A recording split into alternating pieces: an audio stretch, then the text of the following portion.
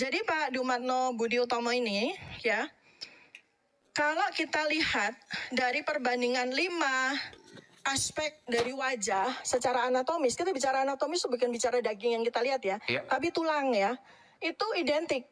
Foto ini, walaupun ini fotonya muda dan ini fotonya lebih tua, tetapi jarak antar mata yang saya sebut tadi itu identik.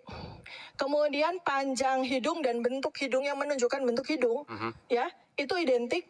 Kemudian susunan giginya itu juga identik, ya, walaupun mungkin beliau sekarang banyak ompong gitu ya. Ya, kemudian bibirnya juga identik, sama-sama tebalnya. Kalau bibirnya Bapak Joko Widodo kan tidak setebal ini ya. Ya, kemudian dari situ, dari struktur antara gigi dengan bibir dengan rahang, itu yang kemudian akan membentuk sebuah pattern atau pola orang tuh tersenyum atau orang itu tertawa, itu akan menjadikan wajah itu tercetak, ya, dan itu nggak akan bisa hilang. Tapi kan ini ada capnya yang justru keluar itu, dari foto. Capnya itu yang kemudian dianalisis. Capnya pun intensitas warna rednya dan intensitas warna hitamnya itu jelas banget tuh. Ada di Twitter saya, bukan Twitter saya, ada di penjelasan saya di YouTube, ada di Twitternya Pak Rismon, itu clear banget. Jadi ini foto orang lain, bukan foto Pak Jokowi. Ya, kalau menurut software begitu.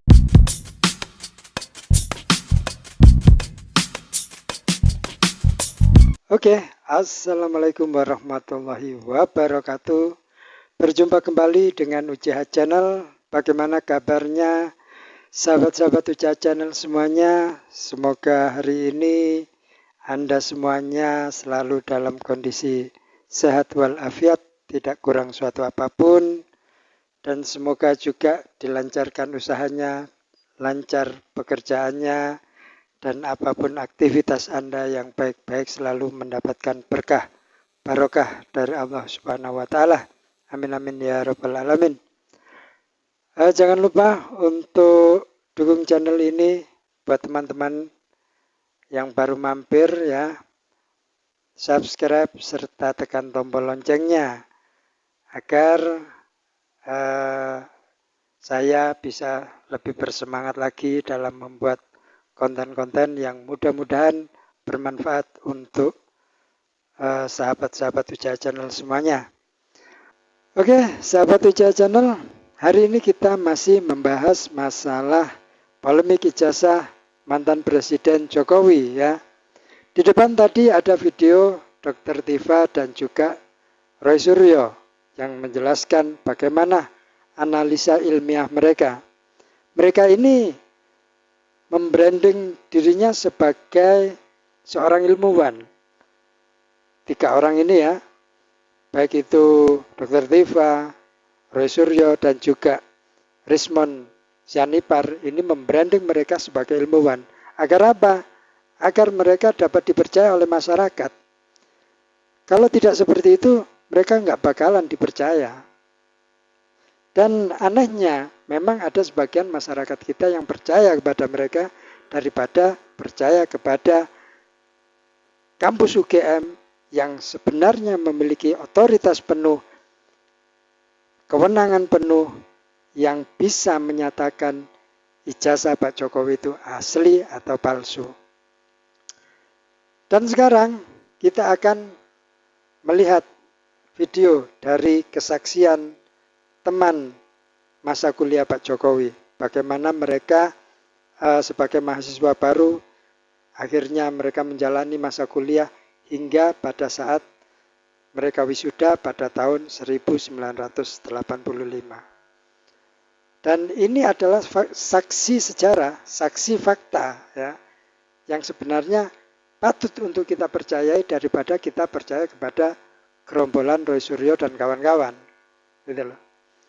Bagaimana pemaparan, bagaimana penjelasannya teman Pak Jokowi ini? Mari kita saksikan video berikut ini.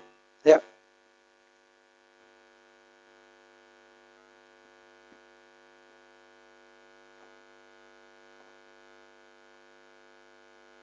Nah, kalau persoalan foto, ya, ini kan sudah 40 tahun dan gitu.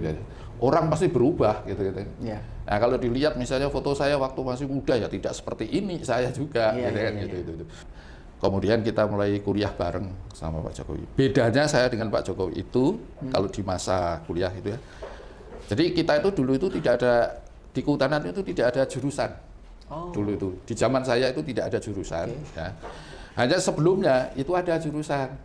Sebelumnya itu ada jurusan, kemudian di masa saya tidak ada jurusan ya.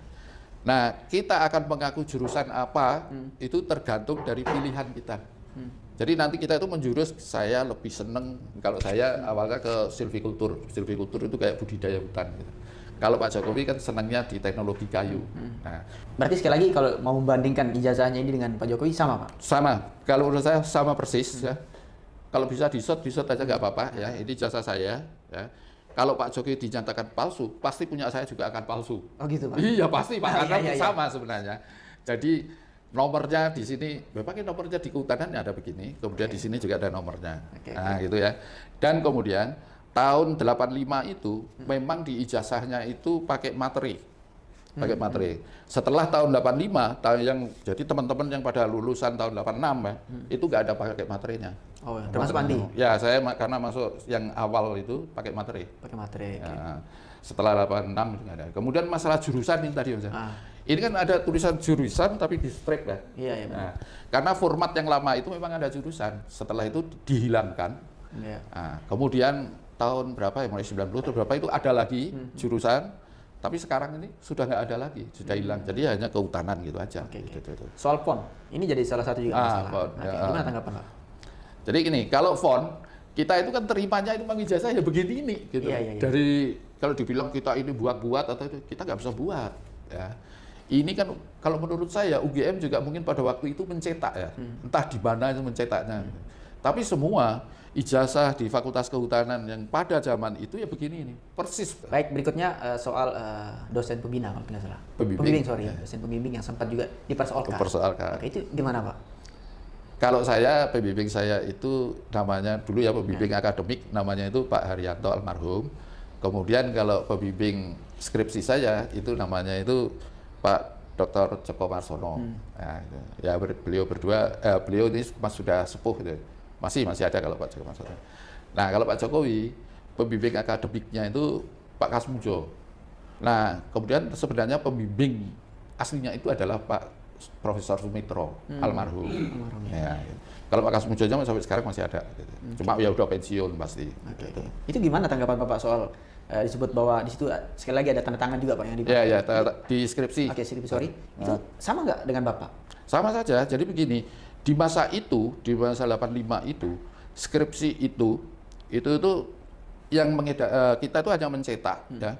Setelah itu yang penting sudah dapat tanda tangan dari pembimbing utama. Itu kalau tanda tangan yang lain penguji atau apa-apa itu yang wajib memintakan tanda tangan itu adalah bagian pengajaran. Kalau di sini sekarang apa ini? Bagian akademik kalau salah ya, di fakultas. Nah, kita itu mencetak itu 5. 1 untuk arsip kita, 1 untuk perpustakaan di fakultas, kemudian yang 3 itu ya untuk penguji dan pembimbing. Kan ada pembimbing, ada pengujian di situ itu. Nah, di situ kalau kemudian pengajaran itu tidak memintakan kepada pembimbing itu dan penguji, ya memang ada tanda tangannya. Tapi pembimbing utamanya itu biasanya ada. Karena itu menyangkut sah tidaknya ya pembimbing utama itu. Saya kebetulan ketemu sama Profesor Markus namanya, ahli pidana di UGM, yang ngobrol-ngobrol, Pak, kenapa tidak menunjukkan ijazahnya itu aja selesai, gitu kan? Jawaban beliau adalah dari ijazah, KRS, kemudian KHS, transkrip gitu. Itu tuh bagian data pribadi. Privasi itu. Jadi kalau mau dibuka itu ya tergantung pribadinya mengizinkan atau tidak. Kalau nggak diizinkan ya memang nggak boleh. Itu kan. Ya terus bagaimana?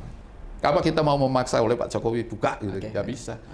UGM pun nggak akan berani membuka karena itu privasi itu.